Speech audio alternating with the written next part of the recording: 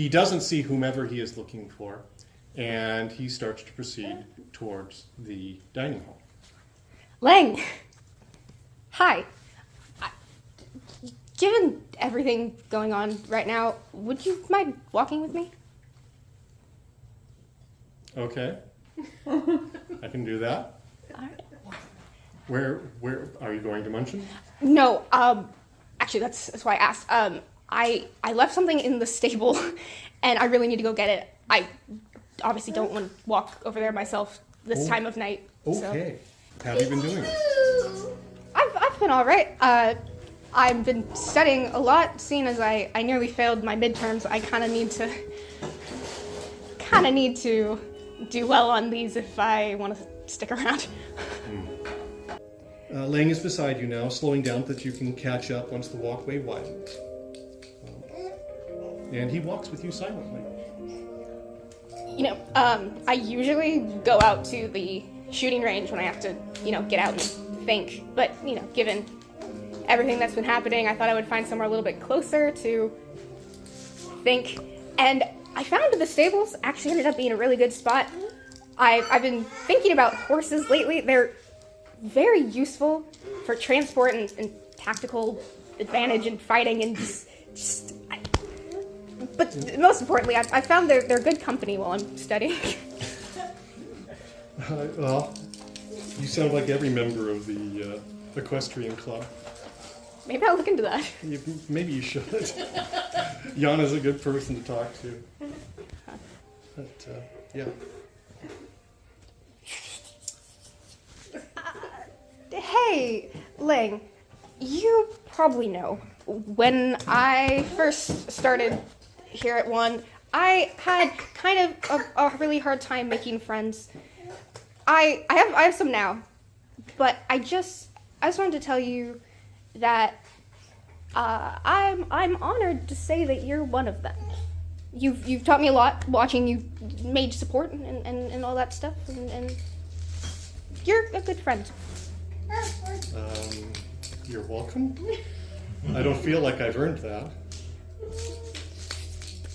I think so, but to be honest, there isn't much to compare to. I've been wondering though, why did you choose mage sport? Meru. Oh, okay. Oh. She saved my life.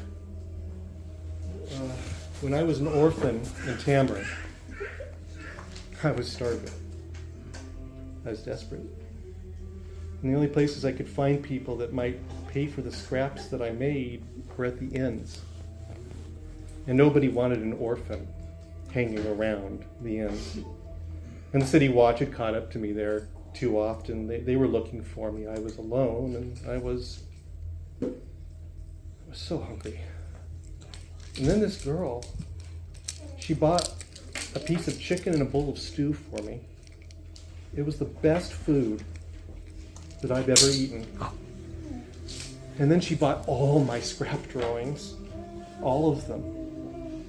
It was enough for me to eat for the rest of the week, and maybe even stay somewhere warm. But she didn't seem rich, she was just kind. So the day after I came back, I knew if the City Watch caught me, but I didn't care. I just wanted to see her again. So I waited. I didn't dare to go into the inn where she was actually staying, but I hoped. And then I saw her. She came out, but she wasn't alone. She was with a man. A bad man. He looked pleased as pie, like he'd found a gold crown, and he had. He was a flesh peddler from Eastside. One that found girls, usually poor and desperate, to take to Eastside to be used. And Meru, he held her by the hand and she walked. I thought he had spiced her, but actually he had paid a talent to sway her. And he was going to take her to Eastside to sell her. And I followed, looking for a chance to, I don't know. He took her across the river to a flesh house. Just before he took her inside, I ran up and grabbed her hand and yelled, "Run!" And she did. And we ran with the flesh peddler right on our heels. And I ended up running back to the ferry, not really thinking and just wanting to get out of Eastside. We reached the ferry, and that was where he caught us. I totally failed to save her. He was about to cut my throat and take her back when Gabriel and Timaeus stopped him. I'd never met them before. They just stepped up and saved us. And kept saving us, kept saving me, because I ended up here.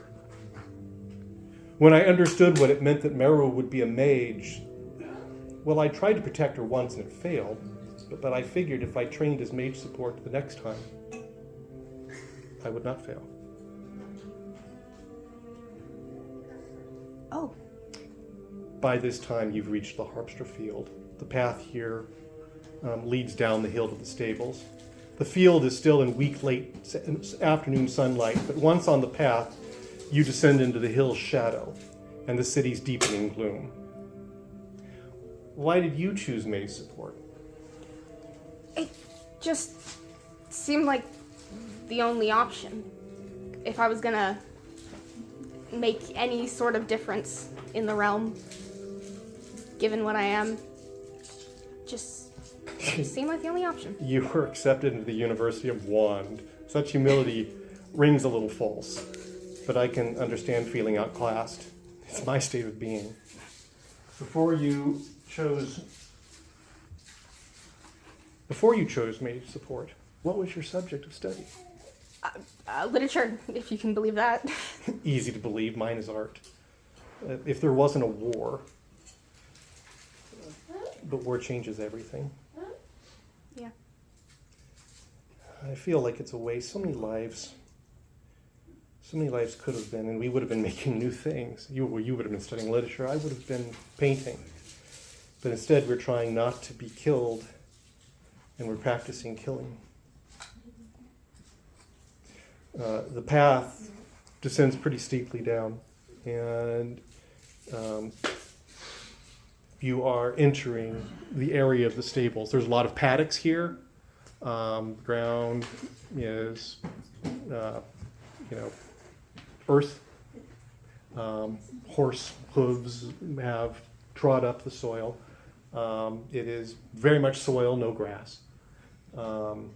Because if there's any grass, it has been eaten down to the nubbins by the horses that are in the paddocks. Can I ask you a question? Another question? Yeah. While you've been mage support, have you ever had to make a terrible decision? One you didn't want to make, but you had to for your safety or Meru's or someone? A terrible decision? It wasn't a terrible decision, but it could have been. A friend of mine decided to go into Eastside on her own. I didn't try to stop her. I could have. Instead, I followed along in case she needed help. He shivers. I hate Eastside. It's a monster that eats and eats and eats and is never satisfied. No matter how many die, it's never enough.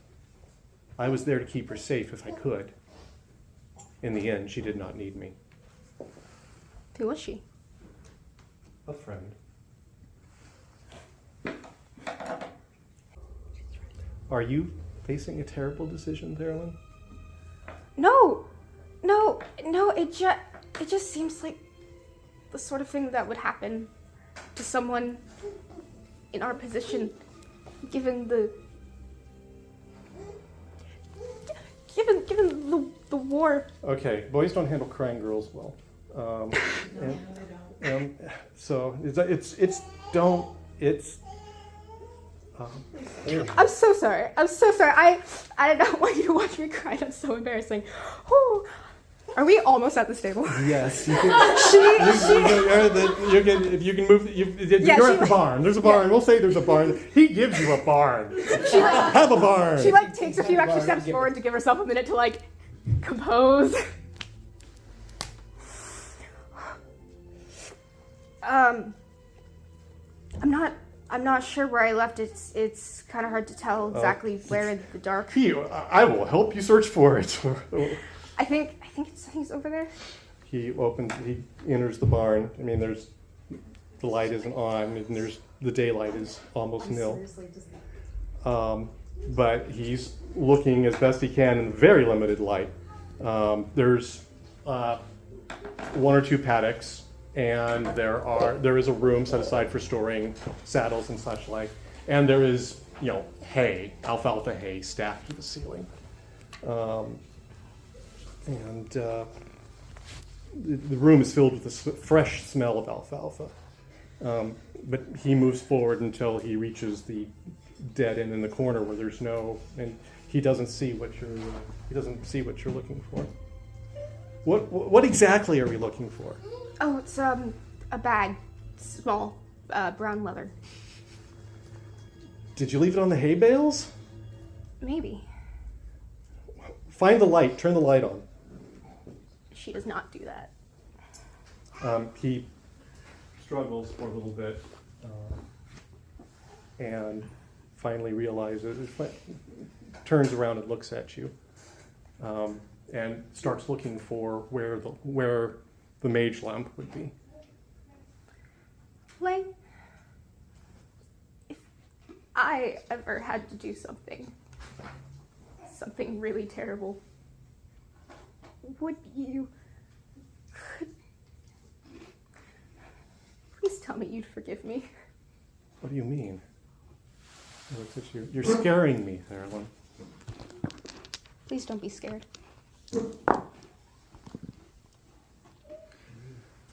In the dim light, all I can see is quick movement, a flick of your wrist. And my halo leaves my head and flips up into the hay bales behind.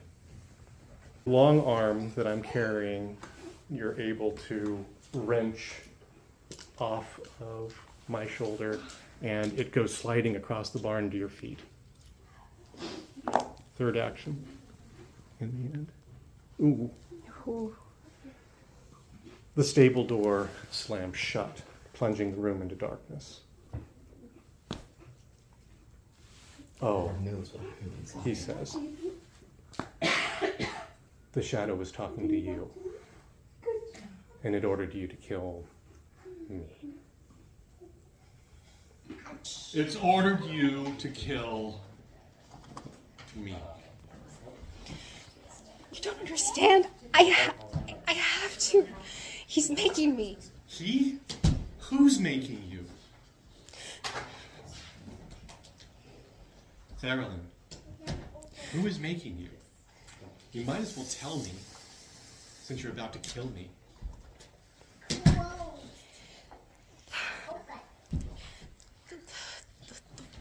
The voice. The shadow. He faces her in the darkness. His eyes search left and right without sufficient light to see anything. Is it he here now? I don't know. He's never really there. I don't see him. He just speaks to me. And why me? What's the point? I don't know the point. He won't tell me. I don't know why. I have to. And he made me choose. If I don't do it tonight. Tonight? Why tonight? Why now? I don't know. He won't tell me. It's just... He just told me I had to weeks ago. And I couldn't. I'm out of time. Does he expect you to shoot me? Or just... You know I don't have to shoot you. He taught me. He changed me. I'm not untalented. I used to be, but he made me better than I was, better than people like you.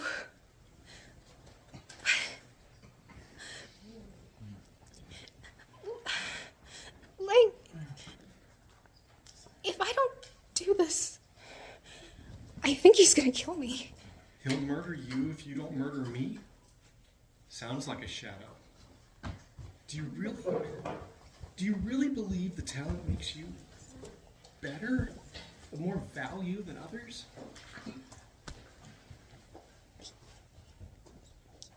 Yes. Obviously, it has to. It does? Really? Why? You know. You've seen the way that Want, the whole realm, treats those who are talented and the way that they treated us.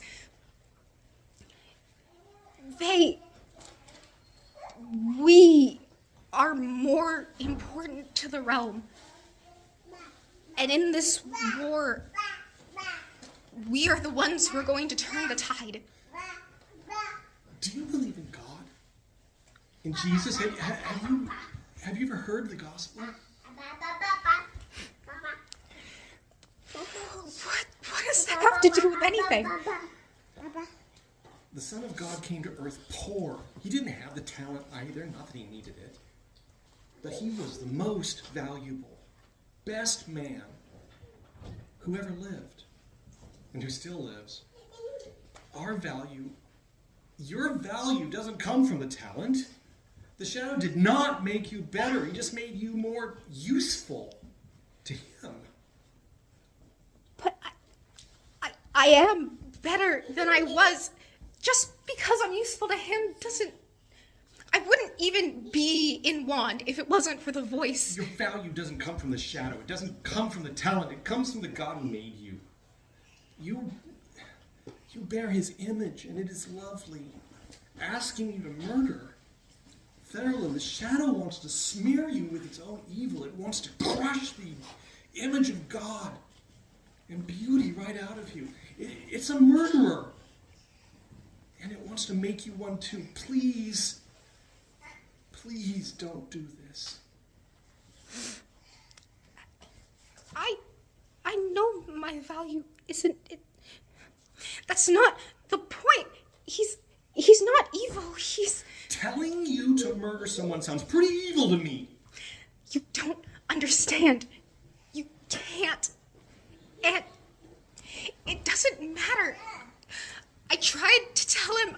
I said there had to be some other way to do whatever it is he wanted to send a message, or I don't know what he wants.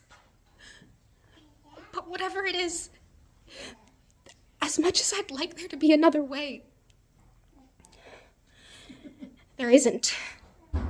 And she steps closer. He can't see you moving, but he can hear your feet moving in the hay. To do what? His order makes no sense. I don't know. It's just war. And there's going to be casualties. This isn't war. What are you talking about? Is it happening on a battlefield someplace? This is happening here, in our home. Every battlefield was someone's home. And those who live there will do whatever they have to protect it. I'm not your enemy. Are you mine? It has nothing to do with being my enemy or not. It's... He's facing you. Though he cannot see you, you see that his eyes, his pupils are wide, blind in the darkness. You said you were my friend. Was that a lie? No, it's not a lie. I don't have a choice. There's no other way.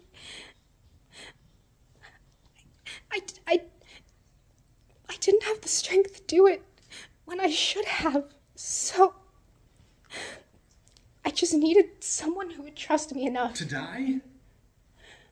Enough to not realize what I was until it was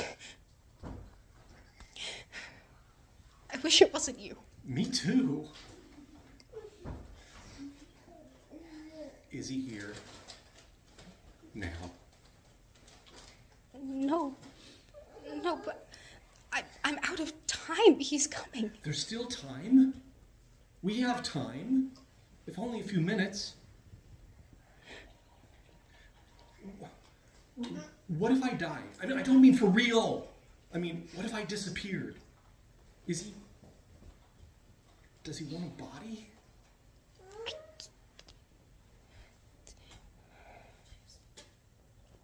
No, he doesn't. But I don't see how that has... He comes toward you, but misses you in the dark and instead bumps into the wall. He slowly fumbles along it. Look, if you kill me now, I mean really, kill me now, then he's just going to make you do it again. And again. And again. He won't stop. He won't let you stop. Not until he's gotten everything from you that he wants. Not until you're destroyed. No, he's trying to save the realm. He's good. He's my friend. He's trying to destroy your immortal soul. That's not caring. It's hateful. It's evil. A true friend does not ask you to murder your friends.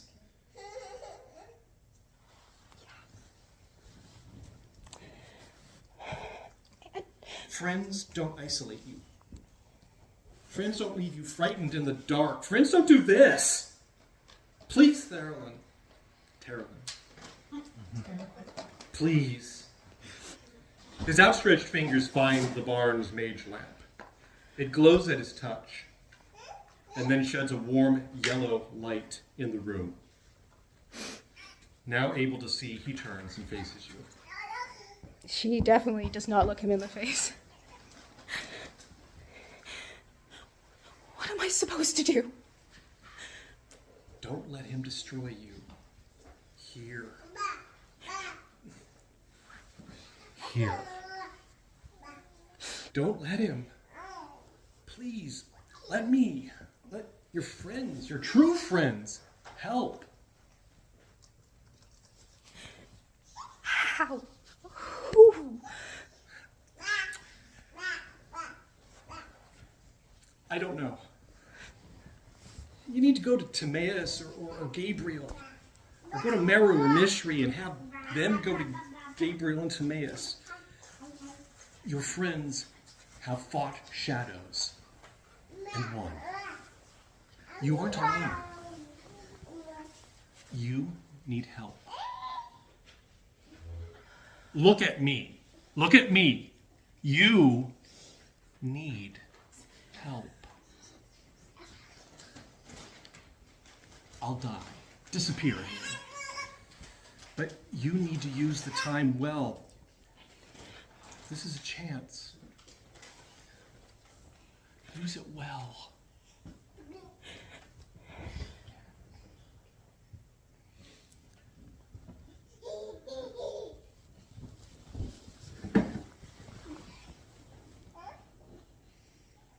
I'm sorry. We see one last time her standing with Lang as she says, I'm sorry, I'm sorry, I'm sorry. And he says, can you do that? Will you do that? Please. And he's holding her hands. She was holding on to him tight enough that if he wanted to pull away, he would be able to. But he did not pull away. And He just held her hand. she looks him in the eye, which she thinks is one last time. But she sees his expression. His expression of Concern, care. that he knows what's happening. Yeah. Give them a chance to help. You're not alone. Will you do that? Let me buy you time.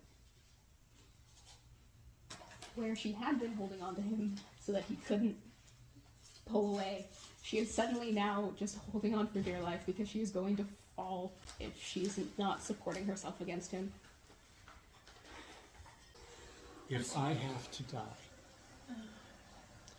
I would rather die fighting a shadow than fighting my friends.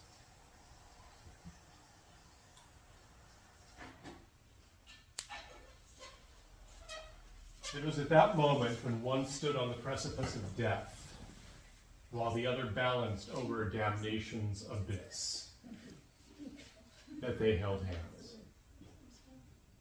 It passed, but he did not.